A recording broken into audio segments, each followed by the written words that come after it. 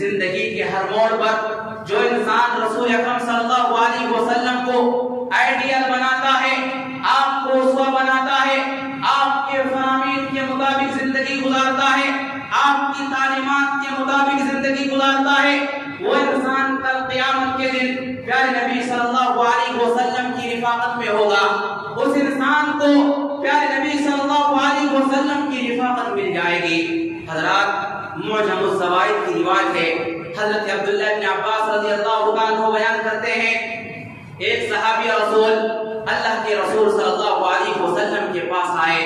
اور کہا، یا رسول اللہ، یا اللہ کے رسول صلی اللہ علیہ وسلم، انک لا حب الی من نفسی، یا اللہ کے رسول، میں آپ سے اپنی جان سے بھی زیادہ محبت کرتا ہوں، اور اتنا ہی نہیں، وَإِنَّكَ لَا حَبُّ إِلَيَّ مِنْ أَهْلِي وَمَالِي، یا اللہ کے رسول، آپ سے میں اپنے اہل و عیال سے بھی زیادہ اور اپنی دولت سے بھی زیادہ میں آپ سے محبت کرتا ہوں، اور اتنا ہی نہیں،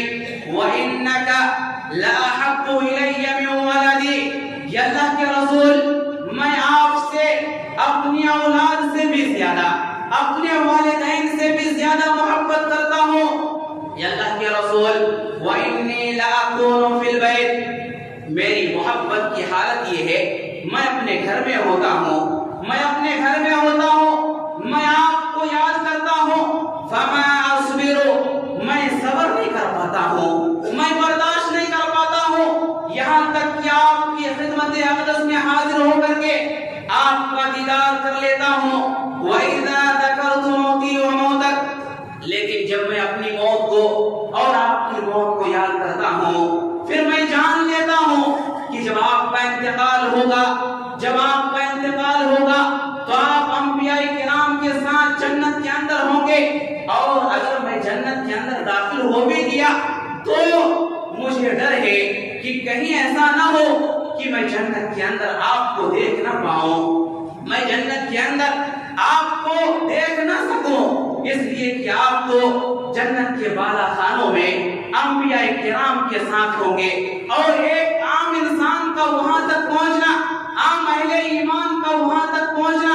یہ ممکن نہ ہوگا۔ پیارے نبی صلی اللہ علیہ وسلم اس موقع سے تھوڑی دیر خاموش رہے۔ پیارے نبی صلی اللہ علیہ وسلم نے کوئی بھی جواب نہیں دیا۔ اتنے میں جبریل امین امام کائنات جناب محمد رسول اللہ صلی اللہ علیہ وسلم کے پاس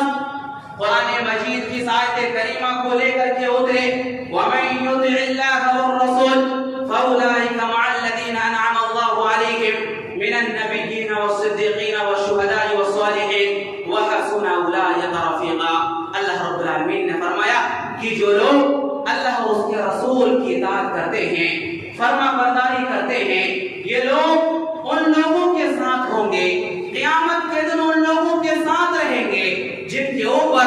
اللہ رب العالمین نے انعام کیا ہے، جیسے انبیاء کرام ہیں، صدیقین ہیں، شہداء ہیں، صالحین ہیں۔ جو لوگ بھی پیارے نبی صلی اللہ علیہ وسلم کی اور جو لوگ بھی اللہ اور اس کے رسول کی اتباع کرتے ہیں اور اطاعت کرتے ہیں، وہ لوگ کل قیامت کے دن انبیاء کرام کے ساتھ ہوں گے، شہداء کرام کے ساتھ ہوں گے، صالحین کے ساتھ ہوں گے، وَحَسُنَ أُولَٰئِكَ رَفِيقًا۔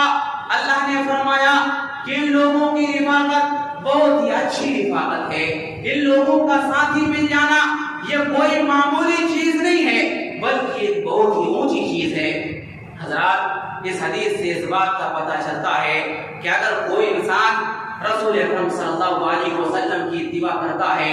آپ کی پیروی کرتا ہے، تو وہ انسان کل قیامت کے دن پیارے نبی صلی اللہ علیہ وسلم کے ساتھ ہوگا، اس انسان کو پیارے نبی صلی اللہ علیہ وسلم کی رفاقت مل جائے گی۔